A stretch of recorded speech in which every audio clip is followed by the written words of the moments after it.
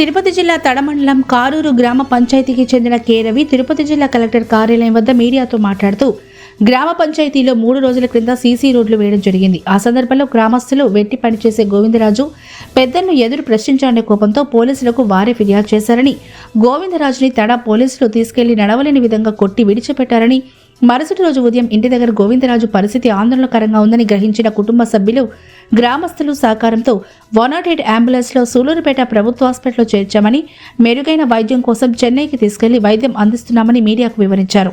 ఈ ఘటనకి కారణమైన ఆ పెద్దలను విచారణ పేరుతో పోలీసులు ప్రవర్తించిన తీరుపై విచారణ జరిపించాలని కలెక్టర్ని, తిరుపతి జిల్లా ఎస్పీని ప్రజా సమస్యల పరిష్కార వేదిక ద్వారా కారూరు గ్రామస్తులు గోవిందరాజు కుటుంబ సభ్యులు కోరారు.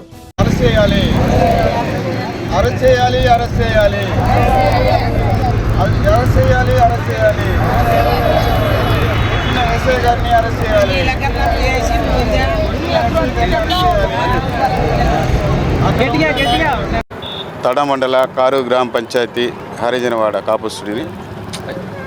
నా పేరు కె రవి. నేను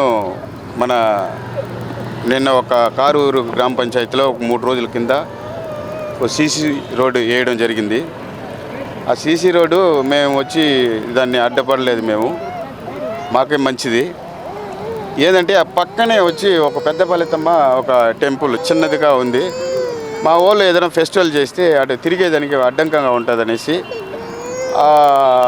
అది పక్కన కట్టుకోమన్నాము. సరే, వాళ్ళు ఏంటంటే పక్కన కట్టుకోమన్నారంటే మన వాళ్ళకి వాగ్వాదం జరిగింది.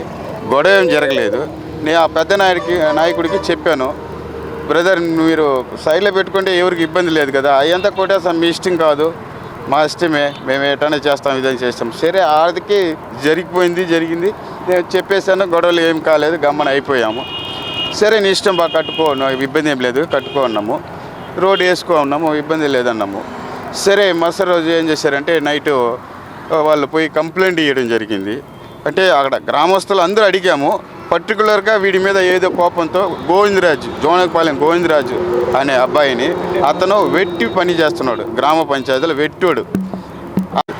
ఎత్తిన సెకండ్లో 8:30కి అతన్ని పట్టుకొని పోవడం జరిగింది. తీసుకొని పోయి స్టేషన్లో పోలీస్ స్టేషన్లో ఉంచారు.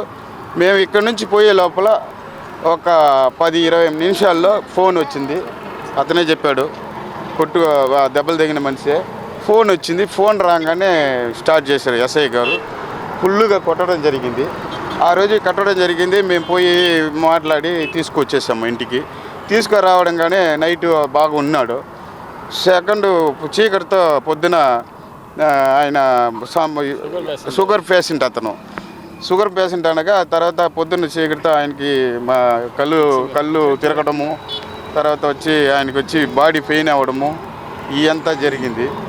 జరిగే డౌట్లో అంటే తొట్టికాడ నీళ్లు మొహం గడికి పోయేటప్పుడు కింద పడిపోతే మేము 108కి ఫోన్ చేసి సూళ్ళూరుపేట గవర్నమెంట్ హాస్పిటల్లో చేర్చడం జరిగింది.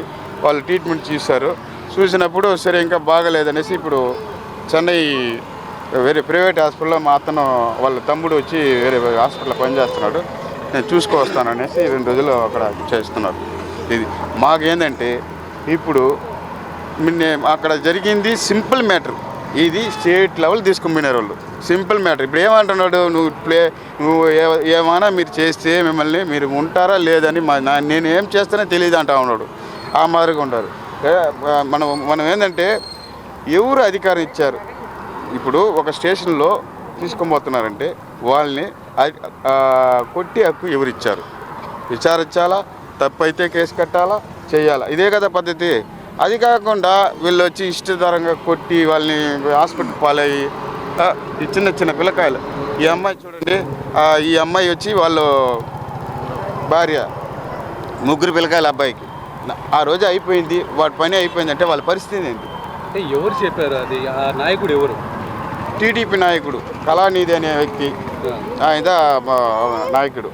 అతను ఈ మాదిరి చెప్పాడు. మీ డిమాండ్ ఏంటి? మా డిమాండు, మా దళితుల మీద ఇలాంటి గొడవలు జరగకూడదు, మాకు సేపు కావాలి. ఇప్పుడు దాకా ఇంత దాకా వచ్చినాం కాబట్టి రేపు ఏం జరుగుతుందో మాకు భయంగా ఉంది. మీరు దయ ఉంచి కలెక్టర్ గారు కానీ ఎస్పీ గారు కానీ మాకు న్యాయం చేయాలని కోరుచున్నాము. ఆ అబ్బాయికి వాళ్ళు చూసి ఆ ట్రీట్మెంట్ ఎలా ఉందని చూసి అతనికి న్యాయం చేయాలి, ఆ ఫ్యామిలీకి న్యాయం చేయాలని మేము డిమాండ్ చేస్తున్నాము.